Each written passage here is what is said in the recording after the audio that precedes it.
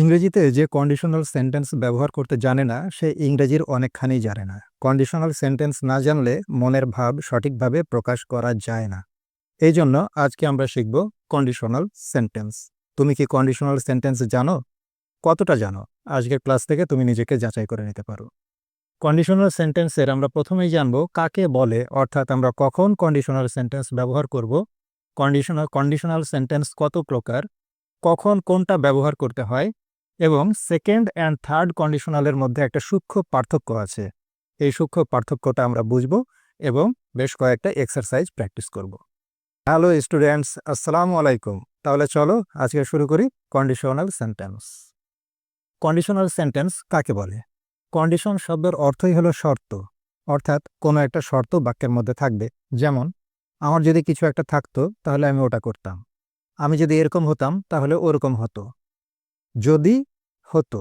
একটা থাকবে যদি ক্লজ, একটা থাকবে মেইন ক্লজ। এটাই হচ্ছে আমাদের কন্ডিশনাল সেন্টেন্স। আমরা যখন উদাহরণ করব আমরা আরও ভালোভাবে বুঝতে পারব। এখন আমরা দেখব কন্ডিশনাল সেন্টেন্স কত প্রকার। কন্ডিশনাল সেন্টেন্স 4 প্রকার, এটা তোমরা অনেকেই জানো। প্রথমটা zero conditional, first conditional, second conditional, third conditional. এখন আমরা দেখব যে জিরো কন্ডিশনাল কাকে বলে এবং কখন ব্যবহার করতে হয়, কিভাবে ব্যবহার করতে হয়। জিরো কন্ডিশনালটা হলো এরকম, এই যে ইফ এবং তারপরে থাকবে প্রেজেন্ট টেন্স, অর্থাৎ প্রেজেন্ট ফর্মে কোনো একটা বাক্য থাকবে, এটাকে বলা হবে হচ্ছে ইফ ক্লজ।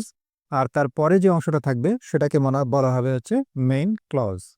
তো এই প্রেজেন্ট কি? প্রেজেন্ট হচ্ছে আমরা জানি যে সাবজেক্ট প্লাস V1, এবং প্রেজেন্ট টেন্সগুলোর বাংলার শেষে কেমন থাকে? করে, বলে, খায়, যায়, আছে, শুনে, দেখো, বলো, যাও, আসো। জিরো কন্ডিশনাল কখন ব্যবহার করতে হয় এটা খুবই গুরুত্বপূর্ণ, এটা আমাদেরকে জানতে হবে। জিরো কন্ডিশনাল ব্যবহার করতে হয় জেনারেল ট্রুথ, সায়েন্টিফিক ফ্যাক্টস এবং ইউনিভার্সাল হ্যাবিট। জেনারেল ট্রুথ মানে যেটা সবসময় সত্য, সাধারণ সত্য, বৈজ্ঞানিক ব্যাখ্যাসমূহ, এবং ইউনিভার্সাল হ্যাবিট মানে যে অভ্যাসটা নিয়মিত নিয়মিত হয়েই থাকে সেটা। এগুলোর ক্ষেত্রে আমরা ব্যবহার করব হচ্ছে জিরো কন্ডিশনাল। তাহলে এবার আসো আমরা জিরো কন্ডিশনালের উদাহরণগুলো লক্ষ্য করি। বলছে, যদি তুমি তাপ দাও বরফ গলে যায়। এই যে যদি, এটাই হচ্ছে কন্ডিশন, হ্যাঁ। আর এই যে বরফ গলে যায়, এটা কি? বৈজ্ঞানিক ব্যাখ্যা, যে তাপ দিলে বরফ গলবে, এটা কি? চিরন্তন সত্য। যদি তাপ দাও বরফ গলে যায়, এটার ইংরেজি if you heat ice melts. এটা হচ্ছে সাবজেক্ট, এটা হচ্ছে V1। তাহলে সাবজেক্ট V1 কোনটা? Present tense. আইস এখানেও সাবজেক্ট।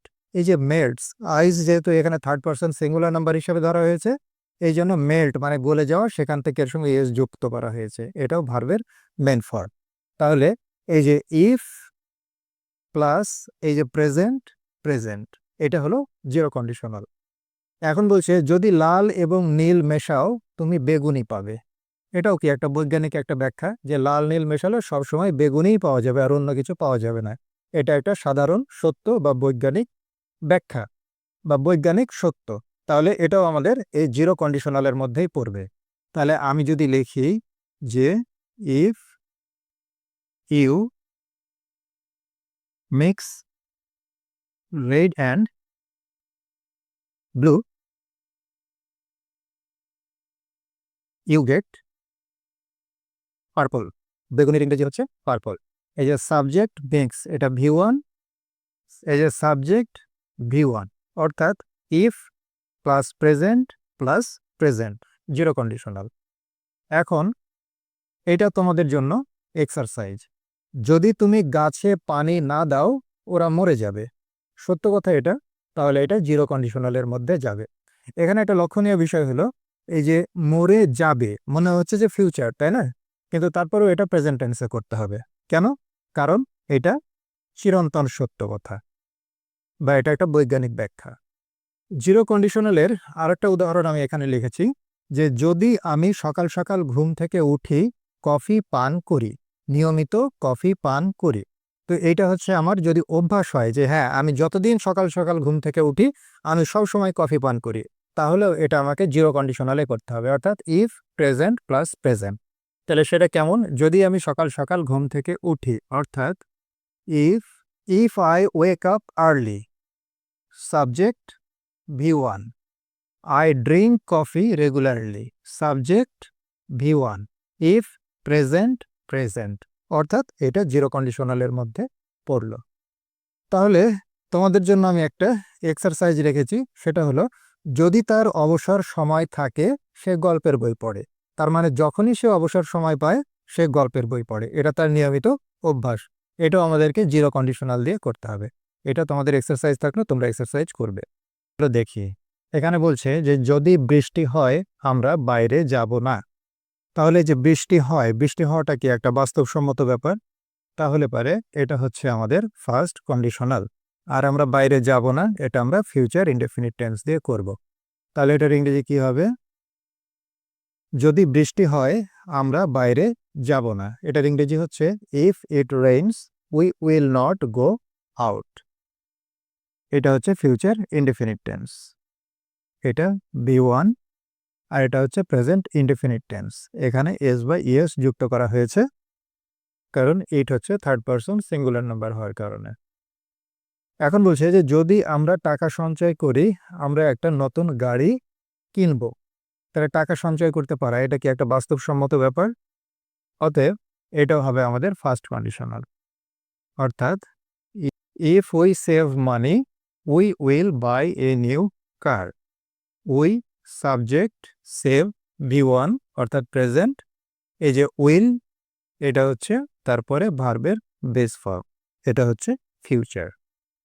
তাহলে এই যে ইফ প্রেজেন্ট ফিউচার। এখন এখানে আছে যে যদি তুমি বেশি খাও তুমি অসুস্থ বোধ করবে, এটা তোমাদের জন্য এক্সারসাইজ, এটা ফার্স্ট কন্ডিশনাল দিয়ে হবে। সেকেন্ড কন্ডিশনাল আমরা কখন ব্যবহার করব? সেকেন্ড কন্ডিশনাল ব্যবহার করতে হয় unreal or unlikely situation. First conditional যেমন বাস্তবসম্মত ইফ ক্লজ ছিল, এখানে যে ইফ ক্লজটা থাকবে সেটা হবে আমাদের হচ্ছে আনরিয়াল, অর্থাৎ অবাস্তব বা সম্ভব নয় এরকম কোনো একটা ইফ ক্লজ বোঝাবে। ইফ ক্লজ মানে ওই শর্তবাচক যে অংশটা। সেকেন্ড কন্ডিশনালের উদাহরণগুলো আমরা দেখি। সেকেন্ড কন্ডিশনালের উদাহরণগুলো দেখার আগে আমাদেরকে দেখতে হবে আমরা কি হবে যে ইফ ক্লজ থাকবে, ইফ ক্লজের সাথে যেটা থাকবে সেটা আমাদেরকে করতে হবে পাস্ট ইনডেফিনিট, এবং তারপরে যে মেইন ক্লজটা থাকবে সেখানে প্রথমে থাকবে সাবজেক্ট, তারপরে উড কুড মাইট অথবা তারপরে ভার্বের বেস ফর্ম থাকবে। এই যে উড কুড মাইট এগুলো কি? এগুলো হচ্ছে মডেল অক্সিলারি। মডেল অক্সিলারির পরে তো ভার্বের বেস ফর্মই থাকবে, তাই না? এটা খুবই স্বাভাবিক। তাহলে আমরা এগুলো করি। বলছে যদি আমি লটারি জিততাম তাহলে একটা বড় বাড়ি কিনতাম, এটার ইংরেজিটা কি হবে? প্রথমে ইফ ক্লজটা করি, যে ইংরেজিটা হলো if I won the lottery I would buy a big house. এটা কিভাবে হলো? এই যে এটা হচ্ছে সাবজেক্ট উইন, উইন থেকে হয়ে গেছে ওন, অর্থাৎ এইটা হচ্ছে V2, অর্থাৎ এটা past indefinite tense. If I won the lottery I would buy a new house, এই যে এখানে আছে উড মডেল অক্সিলারি, তারপরে এটা হচ্ছে ভার্বের বেস ফর্ম, এটা হচ্ছে সাবজেক্ট। এই যে এই অংশটার সঙ্গে মিল আছে। তাহলে এটা হলো আমাদের সেকেন্ড কন্ডিশনাল। এখন আরেকটা উদাহরণ আমরা করি। বলছে যদি সে আরো পড়তো সে পরীক্ষায় পাশ করত। তাহলে যদি সে আরো পড়তো, এই যে পড়তো করতো বলতো এগুলো কি সব পাস্ট ইনডেফিনিট টেন্স।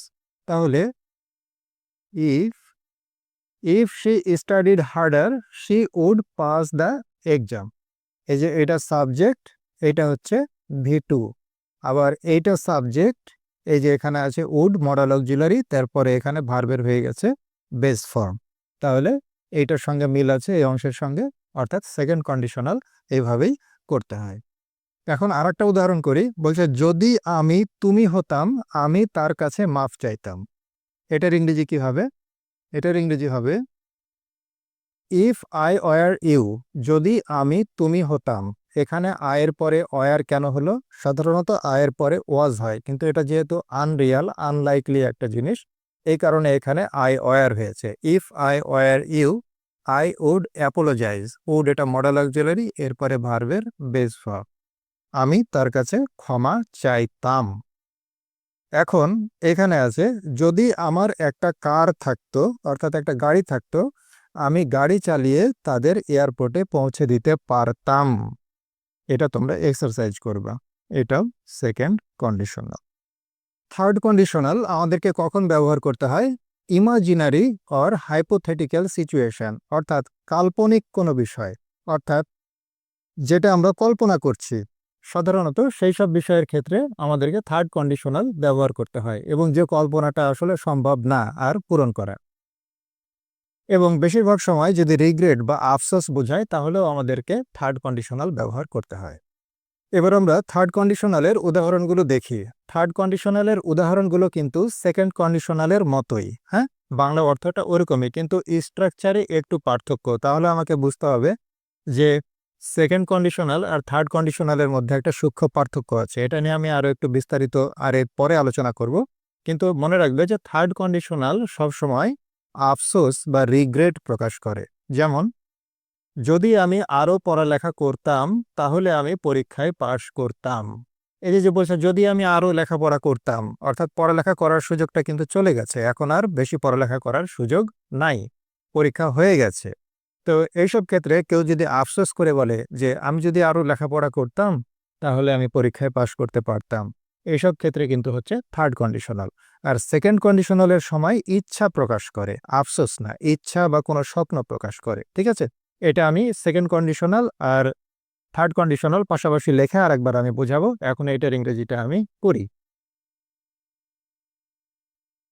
এটার ইংরেজিটা হচ্ছে, if I had studied harder I would have passed the exam. এখানে কি হচ্ছে? এটা হচ্ছে পাস্ট পারফেক্ট। ইফের সঙ্গে যেটা থাকছে সেটা পাস্ট পারফেক্ট। তো পাস্ট পারফেক্টটা আমাদের কি থাকে? হ্যাড, তারপরে থাকবে ভার্বের তৃতীয় রূপ অর্থাৎ V3। এই কারণে এখানে যদি পাস্ট পারফেক্ট থাকে থার্ড কন্ডিশনালে, তার পরের অংশটাতে কি থাকবে? উড হ্যাভ, কুড হ্যাভ অথবা মাইট হ্যাভ। এবং হ্যাভের পরে সবসময় ভার্বের V3 হয়, তোমরা যারা আমার ক্লাস করছো তারা জানো। তাহলে এই যে উড হ্যাভ, তারপরে পাস্ট থেকে হয়ে গেল পাস্ট। ঠিক আছে, এইভাবে যে if I had studied harder I would have passed the exam. এখন আরেকটা উদাহরণ, যে যদি সে চাকরিটা নিত তাহলে সে আরও টাকা উপার্জন করতে পারত। এটার ইংরেজিটা কি হবে? এটার ইংরেজিটা হবে if she had taken the job. যদি সে চাকরিটা নিত, এই যে নিত, করত, বলতো, পারত, এগুলো কি হবে? এগুলো সব হচ্ছে কি পাস্ট পারফেক্ট টেন্স অথবা পাস্ট ইনডেফিনিট টেন্স। কিন্তু এখানে আমরা পাস্ট পারফেক্ট টেন্স করছি কারণ এটা হচ্ছে থার্ড কন্ডিশনাল, এবং এইটা সে আফসোসের মতো করে প্রকাশ করছে, আফসোসের মতো করে, অর্থাৎ রিগ্রেট, অনুশোচনা প্রকাশ হয়েছে। যদি সে চাকরিটা নিত তাহলে সে আরও বেশি টাকা উপার্জন করতে পারত, এই জন্য এটা আমরা থার্ড কন্ডিশনাল করছি। তাহলে এই যে হ্যাড, এই হলো V3, she could have earned more money. এই যে কুড হ্যাভ, তারপরে আর্ন থেকে হয়ে গেল হচ্ছে আর্নড মোর মানি। তাহলে তোমাদের জন্য আর একটা এক্সারসাইজ আমি রেখেছি, যে যদি বৃষ্টি না হতো আমরা সমুদ্র সৈকতে যেতাম। এটা তোমাদের জন্য এক্সারসাইজ থার্ড কন্ডিশনাল দিয়েই করবা। এবার আমরা সেকেন্ড কন্ডিশনাল আর থার্ড কন্ডিশনালের মধ্যে মূল যে পার্থক্যটা এটা একটু বোঝার চেষ্টা করি। হ্যাঁ, দুইটা বাক্য কিন্তু একই রকম লাগে। যেমন বলছে সেকেন্ড কন্ডিশনাল, এটা হচ্ছে সেকেন্ড কন্ডিশনাল, আর এটা হচ্ছে থার্ড কন্ডিশনালের উদাহরণ আমি লিখেছি। বাক্যগুলো কিন্তু একই রকম লাগে। বলছে যদি আমার পর্যাপ্ত টাকা থাকতো আমি একটা গাড়ি কিনতাম। এই থার্ড কন্ডিশনালের বাক্যটাও কিন্তু একই লাগছে, যে যদি সে চাকরিটা নিত সে আরো বেশি টাকা উপার্জন করতে পারত। কিন্তু এটা সেকেন্ড কন্ডিশনাল আর এটা থার্ড কন্ডিশনাল দিয়ে কেন করলাম, এটাই হচ্ছে মেন বিষয়। সেকেন্ড কন্ডিশনালগুলো সাধারণত কোনো আকাঙ্ক্ষা বা ইচ্ছা প্রকাশ করে, কোনো স্বপ্ন প্রকাশ করে। হ্যাঁ, এই যে এখানে বলছে যদি আমার পর্যাপ্ত টাকা থাকতো আমি একটা গাড়ি কিনতাম, অর্থাৎ এটা একটা আকাঙ্ক্ষা, আশা, স্বপ্ন প্রকাশ করছে।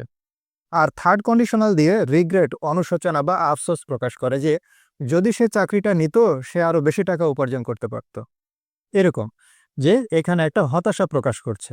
এইটাই হচ্ছে সেকেন্ড কন্ডিশনাল আর থার্ড কন্ডিশনালের পার্থক্য। এখানে হয় উড প্লাস V1, আর এখানে হয় হচ্ছে কুড হ্যাভ বা উড হ্যাভ, মাইট হ্যাভ, তারপরে থাকে হচ্ছে ভার্বের তৃতীয় রূপ, এখানে থাকে ভার্বের তৃতীয় রূপ। আর শুরুতে যে ইফ ক্লজটা আছে সেকেন্ডে, এখানে থাকে হচ্ছে পাস্ট ইনডেফিনিট টেন্স, আর থার্ড কন্ডিশনালের ইফ ক্লজটা হয় হচ্ছে পাস্ট পারফেক্ট টেন্স। এই হলো আমাদের আজকে কন্ডিশনালের ক্লাস। তোমাদের কেমন লাগলো জানাবে। আর অতীতে যে ক্লাসগুলো হয়ে গেছে সেগুলো করবে, আর ভবিষ্যতে যে ক্লাসগুলো আসবে আরও সুন্দর সুন্দর ক্লাস আসবে সেগুলোও করবে। আশা করি তোমাদের ইংরেজি শেখাটা অনেক সহজ হবে। এখানে শেষ করছি। আসসালামু আলাইকুম।